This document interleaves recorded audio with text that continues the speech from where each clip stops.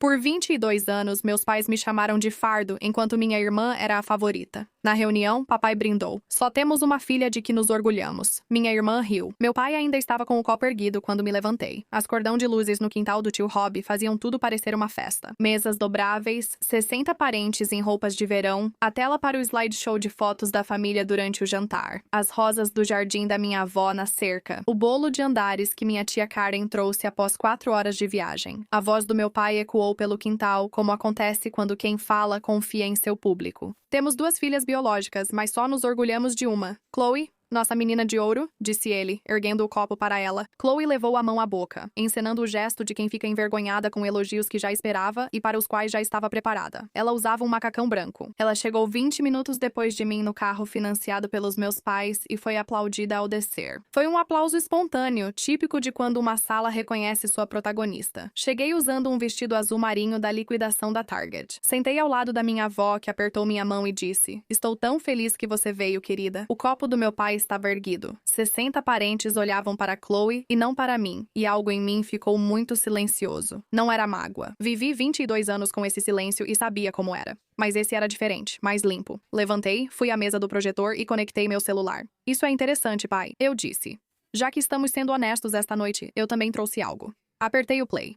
Deixe-me te contar sobre o que é difícil, não a palavra em si. Já estudei bastante sobre dinâmicas familiares e os danos de ser rotulada e designada a um papel necessário ao sistema. Conheço a teoria. O que eu quero te contar é como realmente era ser difícil por dentro durante 22 anos. Meu nome é Emily Hargrove. Eu tenho 34 anos. Cresci em Murfreesboro, Tennessee. Sou a filha mais velha de 2. E na infância sempre precisei ser controlada. Não porque eu fosse rebelde, destrutiva ou realmente difícil de criar, mas porque eu tinha um inconveniente específico de perceber as coisas com precisão. Às vezes eu falava o que via, e isso na minha família era classificado como atitude. Depois virou difícil e depois a história que contavam sobre mim, até se tornar meu lugar. Meus pais, Linda e Gary Hargrove, são pessoas que posso descrever com mais precisão, dizendo que sempre organizaram a família em torno do conforto da Chloe. Minha mãe é carinhosa, competente e esteve presente por 30 anos, mas nem sempre igualmente para as 2 filhas. Meu pai é um homem que acredita profundamente na demonstração dos valores familiares, sem examinar se os valores específicos da sua família resistem a um olhar mais atento. Eles não são monstros. É importante dizer isso claramente. Eles não são monstros. Eles são pessoas que fizeram uma escolha, repetida diariamente ao longo de 22 anos, sobre qual filha merecia os recursos e que, eventualmente, pararam de analisar essa escolha, porque analisá-la exigiria admitir o que estavam fazendo. Chloe tem 29 anos. Ela é bonita de forma específica e refinada, como quem sempre teve tempo e dinheiro para isso, sem precisar trabalhar em 2 empregos ou usar roupas de liquidação em reuniões de família. Ela não é burra. Ela é algo mais específico do que simplesmente não ser inteligente. Ela é uma pessoa que foi tão completamente protegida das consequências que nunca desenvolveu a compreensão de que consequências existem. A compreensão existe de forma abstrata. O conhecimento sentido disso nunca pôde se formar porque toda vez que deveria, alguém removia a consequência antes que ela acontecesse. Eu trabalhei em 2 empregos durante a faculdade. Meus pais pagaram aluguel, seguro do carro e cartões da Chloe na faculdade e por 3 anos depois. Eu parei de chorar quando minha mãe esqueceu meu aniversário. Não porque deixou de doer, mas porque, em certo ponto, a dor vira informação em vez de evento. A mensagem era clara: você não é prioridade aqui. Absorvi isso e ajustei minhas expectativas. O que não consegui mudar, talvez por ser da minha natureza, foi um impulso de ajudar quando ligavam. 3 anos, $18 mil.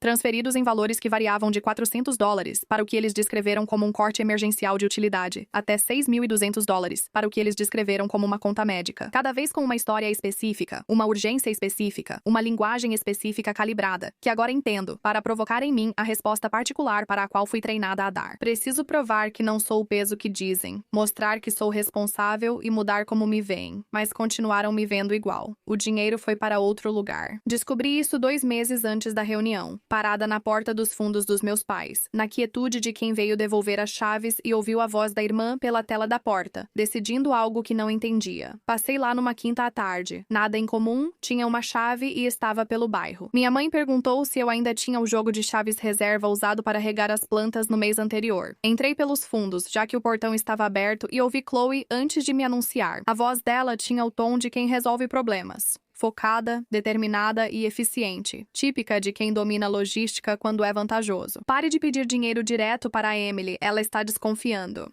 Fiquei na abertura junto à cerca dos fundos, com a mão no bolso segurando o celular. Já pensei por que gravei em vez de ir embora ou entrar. E acho que essa é a resposta honesta. Eu já desconfiava há meses, e aquilo confirmou. Sabia que sem prova, essa confirmação não resistiria à história que minha família contava há 22 anos. Apertei gravar e fiquei do lado de fora por 11 minutos. Já ouvi esses 11 minutos incontáveis vezes. Na primeira vez, fiquei 37 minutos sentada no carro na garagem dos meus pais antes de conseguir dirigir. Sem chorar, só sentada sentindo o peso de algo enorme que ficou no ar por 22 anos e acabou de pousar. O que a gravação continha, o que a voz da Chloe e depois a voz da minha mãe e depois a voz do meu pai continham. Vou te contar porque esse é o objetivo. Toquei para 60 pessoas em um quintal em Nashville e todas ouviram, então não há como manter as palavras privadas. Chloe explicou o sistema. Ela repetia aos meus pais que eu era egoísta e instável, escolhendo palavras para que não se sentissem culpados ao tirar meu dinheiro. Ela também monitorava minhas finanças. Ela viu meu extrato bancário no Natal quando deixei o laptop aberto e contou aos meus pais quanto eu tinha guardado. Ela disse: "Ela tem dinheiro guardado, mãe. Ela pode pagar." Minha mãe respondeu que já pagou a conta do hospital, o que deveria bastar. Chloe, desdenhosa, acha que ela tem mais e só precisamos pedir direito. As contas médicas para as quais eu havia transferido dinheiro, aquelas que enviei sem hesitar, do jeito específico de quem passou 22 anos tentando provar que não é o peso que dizem que é, não eram todas médicas. Chloe disse isso claramente. Algumas foram usadas para o depósito do apartamento dela, uma bolsa de grife e consertos do carro após ela bater enquanto mandava mensagem, algo que não contou aos meus pais por ser inconveniente. Ouvi isso no meu carro, com o motor desligado. Depois veio a parte que penso todos os dias desde então. A parte em que mal consegui respirar da primeira vez, mas depois aprendi a reproduzir com o distanciamento de quem já processou e categorizou. Emily sempre se esforça muito. A voz do meu pai, com algo nela que reconheci, com total compreensão, como carinho, não maldade, mas o carinho confortável de alguém descrevendo um recurso em que confia. Ela vai pagar se fizermos ela sentir que nos deve algo. Ela nos deve, disse minha mãe. Nós a criamos, não foi? Uma pausa. Então Chloe, com a diversão específica de quem solta uma frase que estava guardando. Quase não. Vocês me criaram. Emily se criou sozinha. Ouvi um som na gravação que só identifiquei depois de ouvir 3 vezes. Minha respiração fora da cerca, constante e controlada. Não sabia que mantinha assim de propósito. Acho que fiz isso instintivamente. O jeito que você fica imóvel quando entende que o que está presenciando exige que você testemunhe, não que interrompa. Eu fui para casa. Transferei a gravação para meu armazenamento seguro. Criei um arquivo. Liguei para minha terapeuta, doutora Rachel King, que me acompanha há 4 anos. Ela é psicóloga com registro profissional, especialista em sistemas familiares e abuso financeiro, e foi a primeira profissional a quem contei sobre os $18 mil.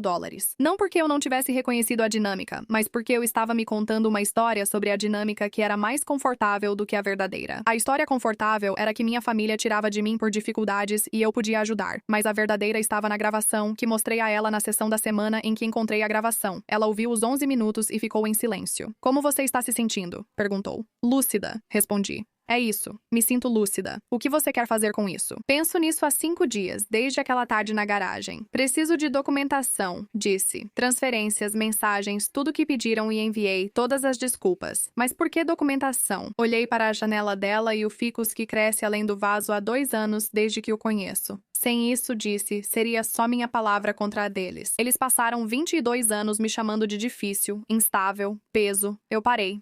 Quero que o registro esteja completo. Depois decido o que fazer com ele." Ela assentiu e disse: "Tudo bem. Mais uma pergunta. A reunião, sua avó pediu para você ir." "Sim. Vai?" Pensei nela. Sobre a qualidade da voz dela ao ligar, seu calor e o prazer de ouvir minha voz. O modo como ela diz querida sempre me fez sentir algo, condensado em uma só palavra. Como se eu fosse a versão de mim mesma que sempre existiu, e não a versão que minha família precisou que eu fosse. Pausa rápida. Se você quiser mais histórias como essa, com melhor qualidade, meu Spotify está linkado na descrição. "Sim", eu disse. Ela me olhou firmemente. "Traga a documentação." Passei 3 semanas montando o arquivo. Não freneticamente. Cuidadosamente. Do jeito que você constrói algo que precisa se sustentar. Transferências bancárias retiradas dos meus extratos, todas datadas e documentadas. Mensagens de texto mostrando cada emergência apresentada. A linguagem de cada pedido era feita para gerar culpa e urgência. As mensagens após o pagamento pareciam recibos. Breves, calorosas e já mudavam de assunto. Liguei para meu primo Marcos, 6 anos mais velho e sempre distante o bastante para ver nossa família com clareza. Contei o que descobri, mas não tudo. Ainda não a gravação. Ele disse: "Emília, eu sabia há anos que algo estava errado. Só não sabia como te contar." "Por que não?" perguntei. "Porque parecia que você já sabia, e não achava que era meu lugar, já que são seus pais." "Se isso surgir na reunião, eu disse que gostaria que você estivesse lá." Ele respondeu: "Estarei e vou ficar." Liguei para minha tia Melissa, irmã do meu pai, em quem sempre confiei porque ela fala a verdade em uma família que prefere versões mais confortáveis. Disse que precisava dela na reunião e que algo podia acontecer.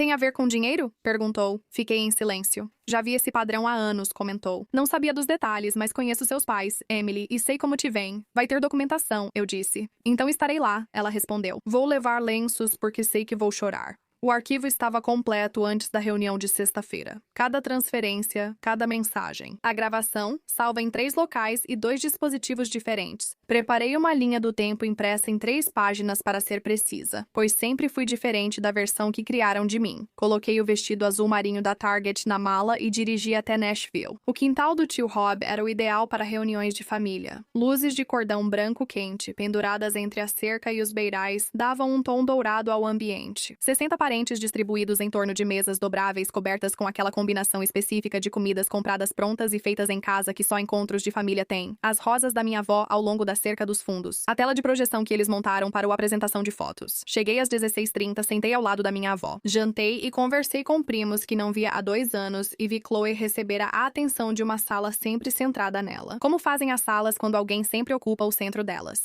Observei meus pais. Minha mãe, em certo momento, passou atrás de mim até a mesa de sobremesas e tocou meu ombro rapidamente. Que bom que você pôde vir, ela disse, com a cordialidade de quem está feliz, mas não surpresa, porque minha avó tinha contado para ela que eu viria e porque meus pais sempre querem que eu esteja presente. Entendo, minha ausência precisaria de explicação, disse. Não perderia por nada. O celular estava no bolso do vestido e o arquivo nas notas, com link para backup na nuvem. A gravação estava salva localmente e em 3 nuvens. Eu usava brincos que ganhei da minha avó aos 30 anos e um vestido de $34,99. Comi 2 porções da salada de batata da tia Karen porque estava ótima, e após dirigir 4 horas, não ia desperdiçar. Meu pai bateu no copo às 19h15. Sei a hora porque chequei o celular ao ouvir o som, um hábito de quem acha importante registrar horários. Ele ficou perto da tela do projetor, com o copo erguido e o rosto com a expressão de um homem que está prestes a dizer algo que considera importante e quer que todos na sala entendam que ele considera importante. Ele disse o que tinha a dizer. Temos 2 filhas biológicas, mas só uma nos enche de orgulho. Ele ergueu o copo para Chloe, nossa menina de ouro. O quintal ficou em silêncio, daquele jeito que os quintais ficam quando 60 pessoas estão decidindo ao mesmo tempo se o que acabaram de ouvir foi realmente o que pensaram ter ouvido. Chloe levou a mão à boca. Eu a ouvi rir baixinho por trás da mão, aquele riso específico de quem recebeu exatamente o que esperava e acha a confirmação satisfatória. Algo dentro de mim ficou completamente imóvel. Não era raiva, tristeza ou aquela dor familiar de uma ferida reaberta. Era algo mais puro. A calma de quem carrega algo por muito tempo e, enfim, pode deixar o peso.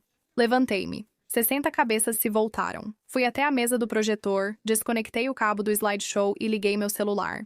Isso é interessante, pai, eu disse. O quintal estava silencioso. Já que estamos sendo honestos, também trouxe algo. Apertei o play e a voz de Chloe preencheu o quintal às 19h17. Você precisa parar de pedir dinheiro para Emily. Ela está desconfiada. Observei minha mãe, que ficou da cor da toalha de mesa. Nem pálida, nem vermelha, algo entre os dois. Uma qualidade específica de cor que pertence a alguém cujo sistema acabou de receber uma informação para a qual suas respostas preparadas não estão calibradas. Ela já pagou a conta do hospital. Isso deveria ser suficiente. Suficiente? Mãe, ela tem economias. Ela tem... Vi o extrato bancário dela quando deixou o laptop aberto no Natal. 60 pessoas ficaram em silêncio e reagiram como quem precisa repensar algo importante. Pequenos ajustes físicos, mudanças de postura, rostos passando por diferentes reações. Minha tia Melissa tinha a mão na boca. Meu primo Marco estava imóvel, braços cruzados, observando meu pai como alguém que suspeitava de algo há anos e agora vê sua suspeita confirmada. A gravação abordou contas médicas, depósito do apartamento, bolsa e carro, cada item trazendo o peso de algo real e comprovado. Continue chamando ela de fardo, disse Chloe. Funciona. Ela vai passar a vida inteira tentando provar que não é.